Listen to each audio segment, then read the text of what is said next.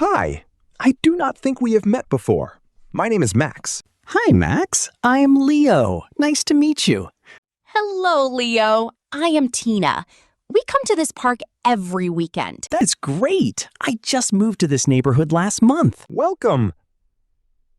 How do you like it so far? I like it a lot. Everyone seems very friendly. Do you have any hobbies, Leo? Yes, I love playing basketball. Is there a court near here? Yes, there is one just past those trees. We can show you the way. Thank you so much. That would be really kind of you. No problem at all.